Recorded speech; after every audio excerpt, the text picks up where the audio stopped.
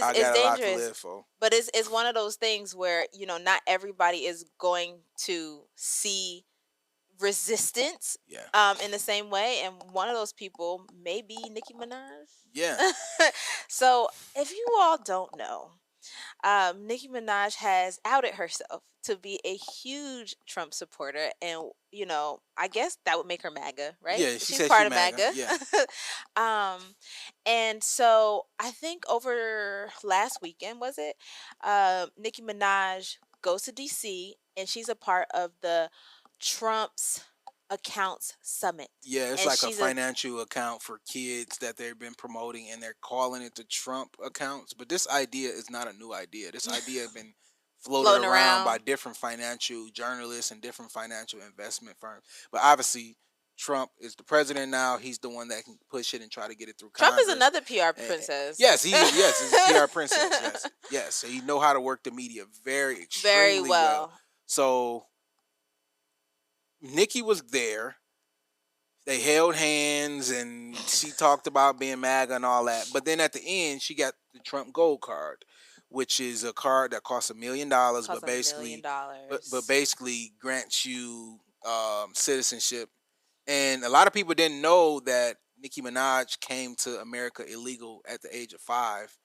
And I always say Nicki is a political prisoner in this situation, because if he would have not, if she wouldn't have not turned MAGA, quote unquote, there's a real Like chance. potential that she would have been kind of like a Brittany Griner. You know how Brittany Griner was a political prisoner with the Russia shit on the Biden administration. Yeah, she was like a pawn. She was a pawn. They could have used Nicki Minaj in that way, and she just went full-fledged MAGA and just said, "Hey, I got my stuff." Obviously, she got some money. She paid up that $500,000. So she had a judgment. Here's my question to you. Oh gosh.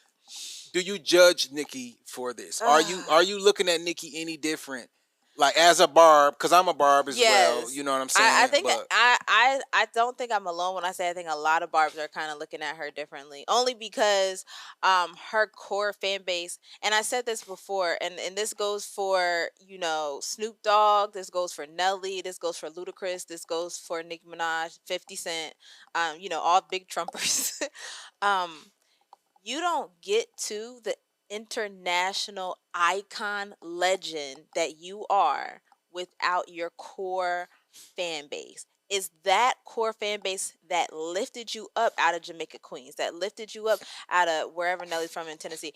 Like, it was that core St. Louis. It was that core fan base that has catapulted you into the superstars let me ask that you you this are. though. Let me ask you this. Does her getting the green card help her? Because it acts. The gold card. That to me that the helps. green card, the gold card. To me that actually helped. Like even when Wayne came out and said he MAGA, put on the hat, and he got pardoned. Yeah, like if I'm Wayne, I'm not doing 5 years in prison. Like I can't wear a hat. I would say I support whoever if it's gonna get me out of doing 5 years. Yeah. I don't give a damn. Biden, yep, Kamala, whoever y'all want me to say, I'm doing it for to not do 5 years, and in her case, to not get deported. Right. But see, and I would feel like that the way people kind of felt like with Wayne. Yeah. If this wasn't such a big kind of show. It's so performative. It's very performative. Yeah. And it's like, why do you have to kiss the ring so hard? To me, it helps her a little bit because it shows she needed it. It shows she needed it. So a lot of people rationally would be like, okay, I see what the fuck she doing. She probably don't even believe this shit, but she got to play ball with Trump in order to get what she need. That's how corporate America, that's how life works. So, okay, whatever. Mm-hmm. And then why are we as a community relying on Nicki Minaj's take as as an artist? Why are we relying on her political takes? That's the big issue. I think that the barbs and all these people look at her and they hold her to a certain standard to where she can disappoint you politically. Mm-hmm. Like I've been a Wayne fan since I've been a child. When Wayne did that, I wasn't disappointed politically. I understood what he was trying to do. He was trying to avoid going to jail and dropping the soap. That's what he was trying to do. If we're really being honest. It's true. So it would be a little different if she came out and didn't need Didn't something, need anything. and she just came out and I'm just this whatever whatever, and then didn't get anything out of it. I'm more mad at a Kanye. You know what I'm saying? Who Somebody don't who need went full anything out. fledged MAGA and ain't getting nothing out of it, and I'm like, damn, yeah, like you just kind of went off full fledged and ain't Yeah. getting nothing out of it. Yeah. I'm not mad at the Jay-Z's of the world who sit up with the NFL and is really buddy buddy with the NFL when everybody's supposedly been When boycotting, boycotting. but he's running the NFL and he's funneling his artists and all of this through there. So you can kind of see like he just really finessed the system and worked the system. He did. That happens every day. But if he was doing things kind of on some Kanye shit just to get attention, then I'd be like, okay, Ye, that's why I don't really like what Ye did, but what she did, I can kind of I think move on from I think that. what you're saying is there's business and there's personal, right? And I feel like what you're saying is like this is not personal, this is business. Yeah, she just Like did a business transaction. Yes, exactly. She needs something from him, probably so she can continue doing business in the States. Who knows? I mean, shit, ain't no telling. I was about to say, so who knows what her career looks like if she has to go to Trinidad and live there instead of living in her California mansion. Who knows what that looks like for her? But I do think it's one of the things where if you go to Nicki Minaj's Twitter, you'll see that she's supposed to have an album drop in March. Yeah, I don't she's know. supposed to have an album. So it's like, so for me, I'm like, this becomes very different when you're looking at this as like, how does this funnel into your album sales? Nikki, I'm going to tell you exactly how to get these motherfuckers. Listen to me. I'm going to tell you how to get these motherfuckers back on your good side. Because it's coming. It's March 27th. Host an international tour and don't have no American cities. And I'm going to just be like, oh, y'all cancel me in America, so I'm going to Canada. I'm going here. I'm going there. Just like Chris Brown did.